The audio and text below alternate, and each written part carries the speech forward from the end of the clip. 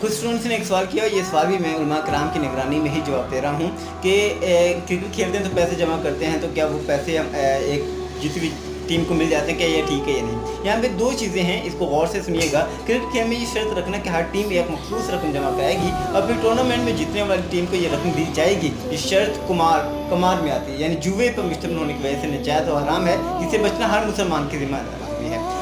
अलबत्ता एक कंडीशन ठीक हो सकती है कि टूर्नामेंट के इनेकाद कराने वाली जो कमेटी होगी, इंतज़ामिया होगी, वो इंतज़ामात की मद में एंट्री दाखिला फ़ीस वसूल करे कि हमने इंतज़ामात करने हैं, और इसमें कोई इनाम के लिए कोई रकम ना ले, बल्कि इंतज़ामात के लिए करें। कुल टूर्नामेंट के अखराजात पूरे करें, और जितने वाले को या खेल को अच्छी कारकर्दगी दिखाने वाले को सवाबदीद के तौर पर इनामात, यानी उसको मोटिवेट करने के लिए इनामात दिया जाए, या ठीक है, तो ये बिल्कुल ठीक है। चाहे वो कम हो या ज़्यादा हो, ये भी ठीक है। या कोई तीसरा बंदा है, वो उन में से नहीं बल्कि अपने ही पैसों में से इनामात बखरा दे, वो भी ठीक है।